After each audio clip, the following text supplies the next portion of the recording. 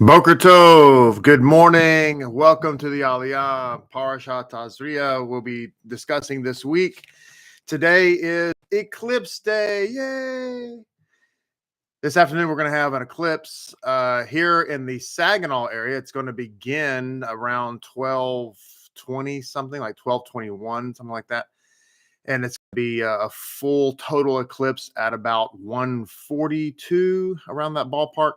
And then it'll start to wane, and by 3 o'clock, it'll be gone.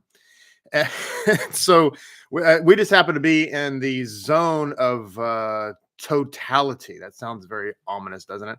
Totality. So what does it mean? What does the eclipse mean? People want to know. They're asking, Rabbi, what is the meaning of the eclipse? Well, it means that the moon comes between the sun and the earth and creates a shadow. That's what it means. It happens all the time, all over the earth. It just so happens that this time it happens in our neighborhood. But it happened in 2017. So anyway, there's going to be a solar eclipse, and then we're going to have tomorrow. So in case you're wondering, because there's been a lot of just absolute freak out online. Oh my God. So will there be a tomorrow? My prediction is yes. And in fact, tonight is the deadline for registration for Pesach. This is a perfect lead into that. Tonight is so there's going to be an eclipse, and then you're going to register for Pesach, and then we'll have tomorrow. And tomorrow is going to be also the first day of Nisan, which will actually occur. So I do feel sorry for all the people out there that are losing their ever-loving minds, and people predicting the coming of Messiah and the rapture and all that. I really feel sorry for those people because why? Because, well, they're going to be disappointed. It's not going to happen. Just like the person who predicted a couple years ago that Messiah was going to return on October 31st. Yes, I said October 31st, Halloween. In case you're wondering, that didn't happen. So anyway, it's somewhat comical, but it's also kind of sad, actually. But anyway, we're going to enjoy it. And so we're going to look at it with glasses, of course, with the appropriate glasses, the appropriate protection. Don't look at it without glasses. Okay, that will cause harm. But actually, if you look at it with the appropriate eyewear, then you're going to be fine.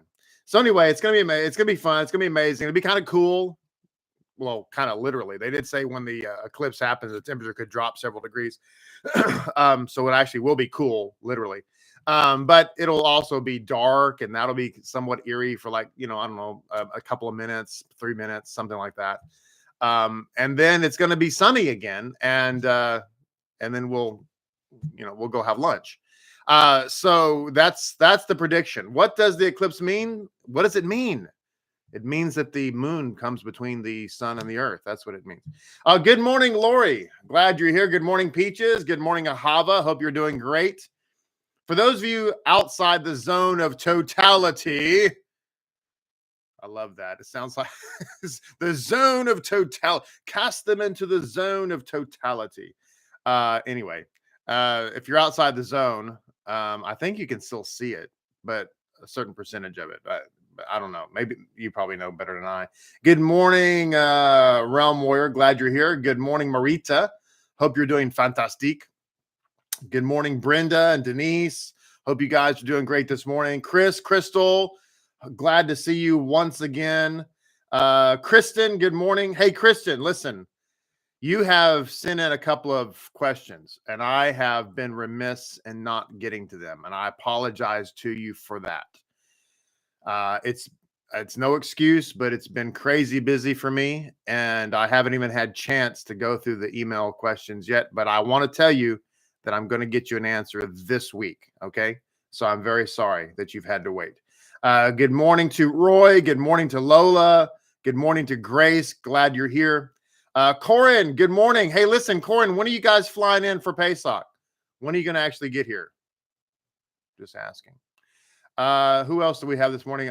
My little thing jumped. I hate it when it does that. There it is. Zakin Yugal, good morning. Nellie Grace, good morning. Smiley, good morning. Yeshai and Adaya, you guys are coming in for Passover. And I can't wait to see that. Ariella, good morning. Kelly, good morning to you.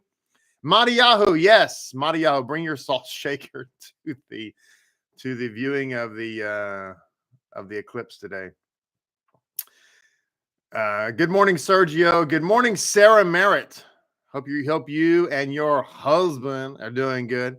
Good morning, Milka. Good morning to Mr. White, my good friend, Mr. White, there watching from West Texas. Good morning, sir.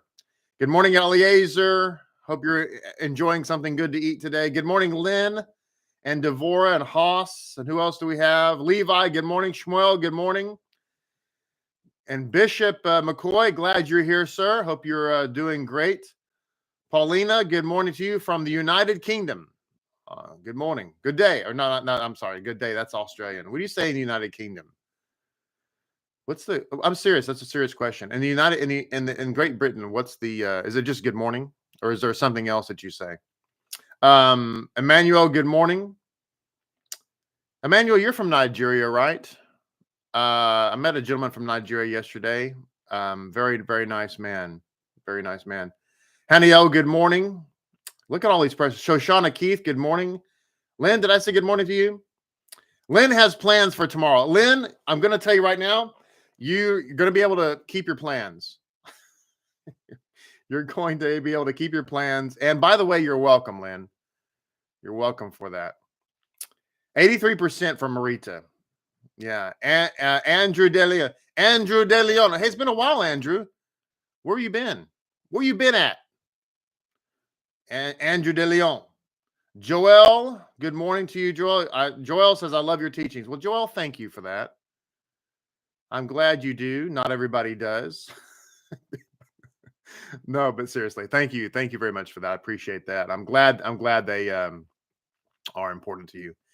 Jim, Yaakov Keith says it's going to be 97% in the land of the Cherokee. And so that's going to be exciting. Good morning, Tara. Tara, you're in the Washington, D.C. area. You're outside the zone of totality. But I think you can probably see it, right? It'd probably be more like 20% for you, maybe 25%. Something like that. Kaylee, good morning. Kaylee Atkin. Kaylee, is this your first time to be on the program live anyway? I think it may be. Anmol, good morning to you. Also, another United Kingdom. We have lots of Great Britain. Lots of people watching from Great Britain. Welcome this morning. Where's my people from France? Hello. Step it up, France. Good morning, Kathy. Good morning, Smiley. Did I say good morning to you? I hope I did. Hey, I'm running a little slow this morning. If you're watching the program and you're thinking, wow, Rabbi seems a little draggy. I am draggy, and I apologize. We've got a lot going on. It's all good. It's all good. It's just life stuff. I'm not going to bore you with all of my problems. They're not really problems. They're just tasks, things that, just life, you've got stuff you've got to do, things you got to take care of, I'm not going to sit here and bore you with that. Just know that it's a lot. So we went to bed at 2:00 in the morning last night or this morning, just because we got a lot we got to do. We're doing stuff, and it's all as well. Anyway, that's why I'm draggy, in case you're wondering. I feel draggy. Maybe you don't think I'm draggy, but I am. It's probably the eclipse. Okay, Parashat Tazria. I got to get onto this. Okay, let's look at this. Good morning, Amana. Hope you're doing great. Zake and Yagal stayed up all night waiting for the eclipse. I did. I was packing my bags. I'm just kidding. I'm sorry. I'm not making fun of people, but I hope they're not. I hope people are not. I hope people did not sell off their, land and holdings and waiting for the rapture. It's not going to happen. There's not going to be a rapture, actually. But anyway, moving on. Tazria. Let's look at the miracle of conception. So I've said this several times that this parashah starts out. We're just going to focus on chapter 12, which chapter 12 is a very short chapter. It's just a few verses. Let's just read it right quick, and I'm going to share my thoughts with you. And then I'm going to read an insight here from Mayam Loez about the miracle of conception. Anyway, it says, Hashem spoke to Moshe saying, Speak to the children of Israel, saying, when a woman conceives and gives birth to a male, she shall be contaminated for a 7-day period, as during the days of her separation infirmity shall she be contaminated. Now, when you say that in English, it sounds rather bad, doesn't it? Contaminated. When something gets contaminated, it means that it needs to be thrown out. It's potentially harmful. It's dangerous. And as a result, when people read the Bible and they read it in their English translation, which doesn't matter which one you use, there is a misconception, an inherent misconception about what it means to be pure or impure. Okay. So people say, well, I don't want to be contaminated, so therefore they have a complete contaminated would be like the Hebrew word tameh, or pure is tahor. So we're going to come back to that. We're going to explain what this means, because it doesn't mean what people think it means.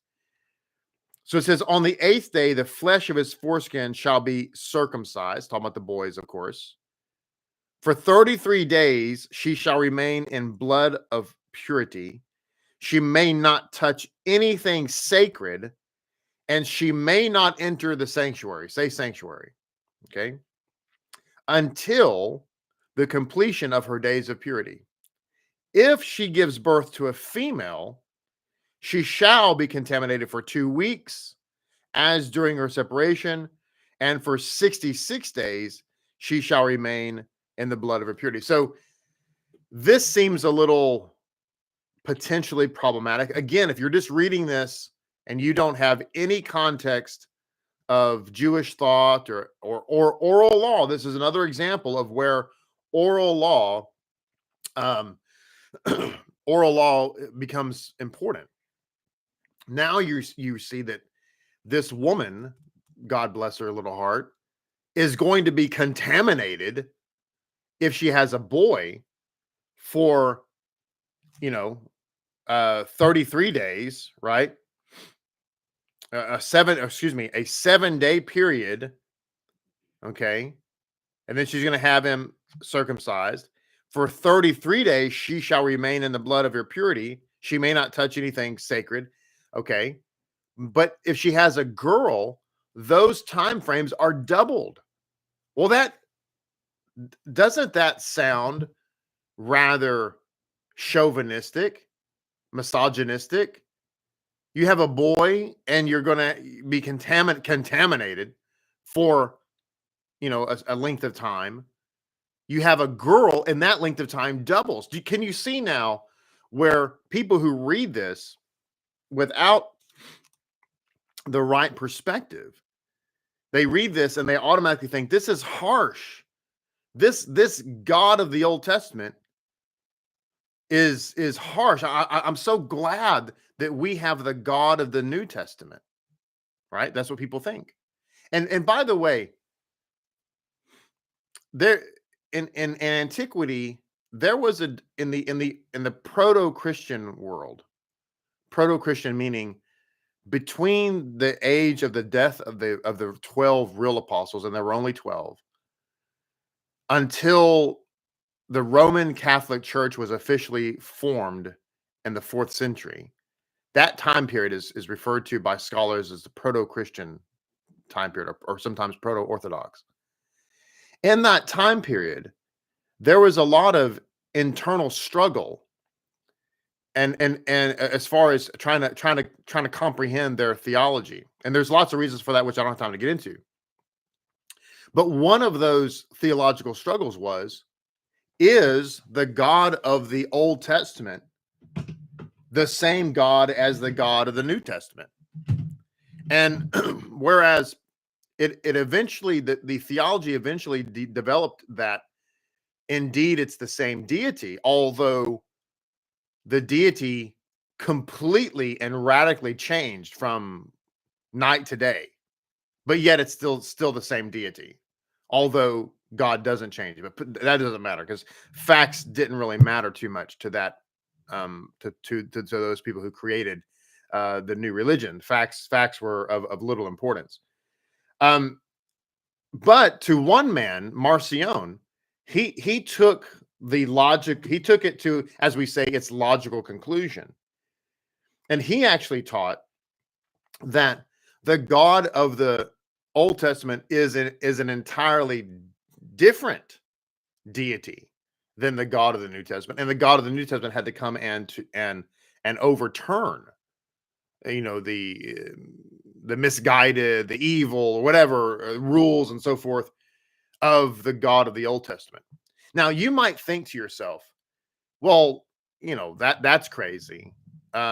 Nobody really believes that. Nobody in Christianity, for instance, really believes that the God of the Old Testament is a different deity than the God of the New Testament. But I ask you the question, whereas rather, I agree with you about that generally.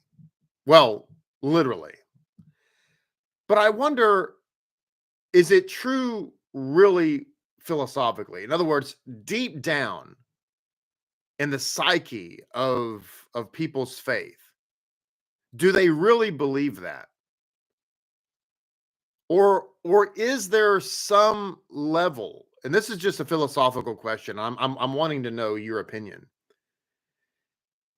On a deep level, is there some type of pervasive spiritual thought that maybe they're not really the same?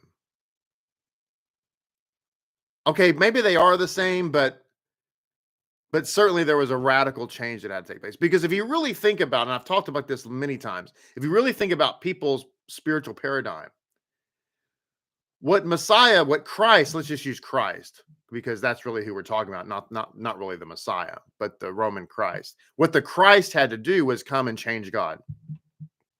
Ultimately. Change us? Why? We were only doing what we couldn't help but do. So really, what Christ came to do was to change God, to turn the law away and stop all this contamination stuff, stop all this misogyny, stop all of this this oppression of women. All this burden, get rid of this burden. We really have to change all. So the Christ came to change God, to straighten him out, so that we could stop being under this burdenous thumb. Do you agree with me that this is the pervasive mentality you think of people, that people might have? All this pure and impure stuff. Well, I think that that's a real possibility. And I want to take anecdotally something a comment that was shared on the channel by somebody who was obviously a raging anti-Semite, who I eventually had to block. But they're Christian, right? And this gentleman was disagreeing with pretty much everything we said. But at one point in the dialogue, he began to refer to HaShem as our pagan tribal deity. Now, keep in mind, this person is a Paulinian Christian, King James Version, New King James Version, whatever, waxing hard about how we were wrong. And there's, JC. I mean, real strong Christian. And he finally got to the point where he started referring to HaShem, to the God of Israel, as a pagan deity who was tribal. And it was at that point that I realized that the conversation I was talking to someone who was not rational. And when I figured that out, and they can keep on. They enter into the block ministry. Now, but here's the point, okay? It's real easy to look at somebody like that and say, well, they're a nutcase, okay? But are they? In other words, is that thought process in a vacuum? Is that thought process in a vacuum? Or is it digging a little bit deeper into the spiritual psychosis and finding out that at the end of the rabbit trail, that's ultimately what people think, even though they don't think that they think it? Does it make sense what I'm trying to say to you right now? And I wonder if you agree with me on that. So, going back to our conversation here, looking at this concept here, the miracle of conception, it's talking about purity and impurity and so forth. Well, first of all, people look at tamei and tahor, pure, impure and pure, as something bad. They think of it at like sin, right? If you're impure, you're contaminated. It's like being sinful, but actually, that's not it at all. Um, there's nothing evil about a woman getting pregnant. In fact, in Judaism, um, that's beautiful. It's really the point. It's really something to be cherished. Judaism is such a different universe than a lot of other um, uh, false religions. A lot, or excuse me, I should rephrase. Judaism is in a different universe than the all the other religions, which are indeed false. All of them. Most other religions that are, of course, false, they view human sexuality as something that is at best a necessary evil. I've told you before, you can read it for yourself. It is taught by in the letter writer, he teaches that it is better that man should not get married, right? It's better. Why? Because marriage is a distraction and blah blah blah blah blah. And the only reason you should get married, if you want to get married, you can get married. However, you should really only get married if you're so overwhelmed with uncontrollable desire that you just can't control yourself, and therefore you need to get married. That is exactly what he says. Okay. That's romantic. That's going to change a lot of Hallmark scripts. It's not about love anymore. It's about, I just can't control myself, so I've got to marry you, okay? Which, by the way, turns the woman into a piece of equipment. But I digress. So that's obviously funny, baloney, plastic banana, good time, rock and roll, ridiculous. What does God say? That's important, right? Well, what did God say? God said that it's not good that man should be alone. Dun dun dun. Full stop. Why do we need to go beyond that? HaShem said it's not good that man should be alone. Period. He needs a wife. Period. And in Judaism, sexuality between a husband and wife is not viewed as something evil or a necessary evil. Indeed, it's considered something beautiful. It's actually considered a mitzvah. In fact, according to oral Torah, everybody hates the oral Torah. It's so bad. And yet, in the oral Torah, we read that activity of intimacy is something that married couples should be part of their mitzvah keeping for the holy Sabbath. Think about that. Yeah. Right? And so going back to our Torah portion here. So if this is the case, if that activity is a mitzvah, it's such a mitzvah that it's said, hey, this is something that should be part of your, Shabbat keeping. Wow. Okay. Do you agree with me that line of thinking generally cuts against the grain of traditional religiosity in people's minds? You don't really consider that to be part of the mitzvah keeping. Do you agree with me? And yet in Judaism, it is. Do you see how it's a different universe? It's a different mentality. But anyway, I digress. So here it's okay. It's a mitzvah. Getting pregnant is definitely not a sin. Okay. So why is there a contamination problem? Well, the answer to the riddle is that, first of all, pure and impure is not about good or bad, sin or evil. It's actually about life and death in a spiritual sense.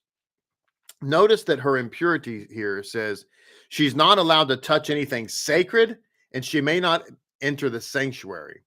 What it's talking about here is the temple and things that are associated with the temple. Okay.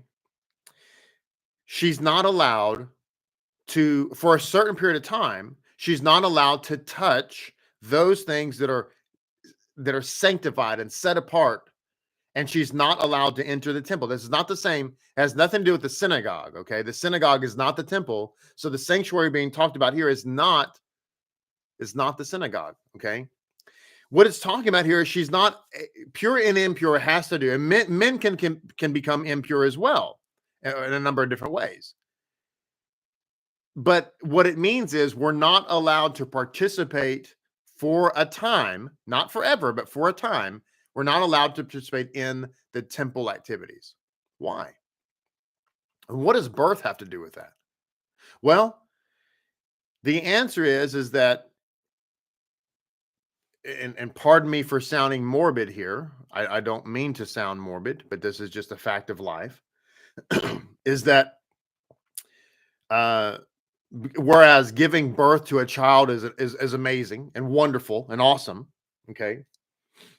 But the reality of life being what it is, the moment that a woman gives birth to a child, that child is now destined to die. I mean, we don't look at it that way, and nor should we. But if we're just talking about it in pragmatic ways, your first day of birth is your first day walking towards death, right? That's a reality. Now, okay, so therefore, giving birth to a child in a spiritual sense is a great thing. It's a good thing. Don't misunderstand what I'm saying. But in the great cosmic scheme of things, it's also giving birth to the perpetuation of the race, which is the perpetuation of the sin of Adam. The child is born with the Yetzer Hara, with the poison of the serpent embedded in it, that type of thing, right? So as a result, and plus there's the blood and so on, but as a result, this whole experience, even though it's about life, there's an element of death mixed in with it. And as a result, what God is saying is you can't come to the temple, which the temple is ultimately the manifestation of the law of Moses, the Torah, which is God. And in the precinct of God, there's nothing but life. So death cannot be mixed with life, which is, if we touch back to the meat and dairy separation. We don't know why the separation of meat and dairy is a thing, but what some have suggested, that the common suggestion that goes back to antiquity, is that meat represents death and milk represents life, and the two don't mix. And that may be a very valid point. Now, the question now comes,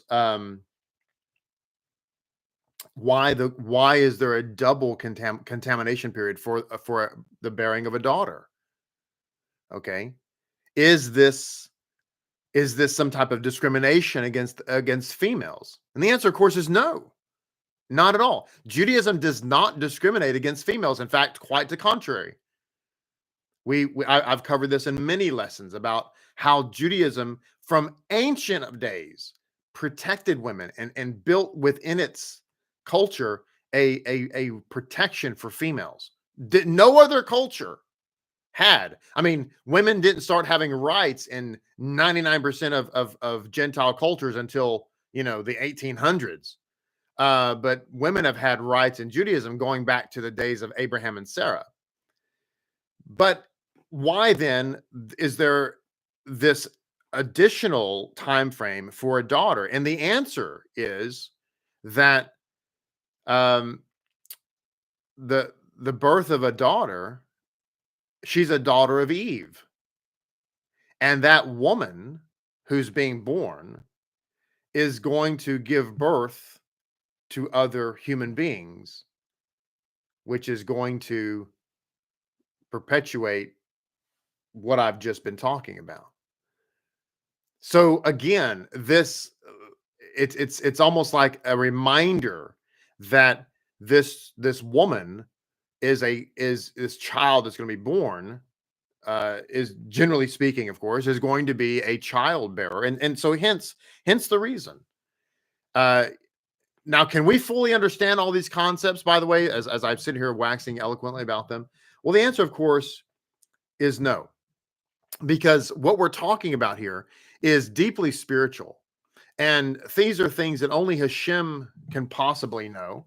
Okay, now moving right along here, just really quickly, I wanted to share an insight here from Rabbi Monk's commentary. It says, when a woman conceives, it says the laws regarding the human organism are presented after those dealing with all the other creatures, all the other, what we can and can't eat and so forth. Okay. Rashi quotes Rabbi Simlei in the Midrash, who compares this with the creation of man, which took place only after all the other animals and birds were created. This is found in the Midrash Vayikra Rabbah. And the same connection to the Midrash cited in the verse Psalm, behind and before you have fortified me, Psalm 139:5. The word zartani can be read, you have formed me. So fortified, zartani zartani can also be read as formed, can be read fortified me. Let me rephrase. Can be read as formed me. So that the verse speaks of man's creation having taken place before and after that of other creatures. So in other words, what it's saying here is, whereas man was created from the dirt, the earth, after the animals were made, but the psalm is indicating that man's creation both preceded, predated creation, and it came after creation. So here's what it says. Man's soul, this is the explanation. Man's soul, Rabbi Ben Lakish tells us, predated creation, whereas his body was not formed until the sixth day. So here's what I've said this numerous times. All of us, everybody who's watching right now, there's over 80 people watching this class, thank God. Okay. All of us, all of our souls were created at the same time. All of us who are watching right now are different ages. Well, some of us may be the same age, but by coincidence, but whatever. The fact of the matter is that all of us, whereas we may be of different age physically, all of our souls were created at the same time. All of our souls are the same age. Okay. And here's the other cool thing, just to put this aside, as an aside, I should say, is that we all knew each other before coming here. So, and this is especially true for those of us who are part of the Lapid nation. Every one of you who are part of Lapid, when your soul was called out of the well of souls by HaShem, and he gave you your mission on earth, you knew you were going to be a part of Lapid. You knew you were going to be part of this community. I knew you. You knew me. Now, we don't remember that. I wish we did. That'd be pretty amazing. But anyway, we don't remember that. But isn't that really pretty? If you really think about that, it helps us to understand the eternal nature of the human soul. But it says, accordingly, the Torah presents the laws dealing with the domain of the spirit before those concerning animals, but follows those with the laws concerning man's physical being, that is circumcision, menstruation, illness, and so forth. The sages see a symbolic significance in this position of a man, bracketing the works of creation. According to this level of morality, man can precede all the other creatures and can dominate them from his high position, but he can also let himself fall back to the tail end of creation. His fate depends solely on himself. So we're supposed to be above the animal kingdom, but if we don't follow Torah, we can become like animals. We talked about this with kosher eating. We start eating non-kosher food, we'll become animalistic. By the way, it mentioned menstruation. This is another good example. If you are a female, then menstruation is a part of your anatomy. Is there anything wrong with that? Well, no, of course not. It's how you're made. And thank God. It's great. It's wonderful. As far as, you're a woman. But yet when that time occurs, then you also become tamei. So this is a good example of impure and pure are not evil. They're not bad. It's not sinful. There's nothing sinful about it. The woman is not to be shunned. Okay. Now, by the way, some people might ask, well, how do these things apply today? To a large extent, they don't. Now, husbands and wives are not permitted to be intimate with one another during that particular time period. But that's a whole different thing. Let's deal with the issue of contamination. Does a woman who is going through that particular moment in her life, does she have to stay away from people or not come to the synagogue and so on and so forth? The answer, no, of course not. Why? Well, because the contamination we're talking about here, the tamei we're talking about here, has to do with the holy temple. There isn't a temple today. And the fact of the matter is that all of us, every man and every woman right now, are ultimately tamei. And if the temple was built or came down from Shemayim with the Moshiach, maybe today, we still couldn't go there until we had the sprinkling of the ashes of the red heifer. If you're not circumcised, by the way, you can't go there at all.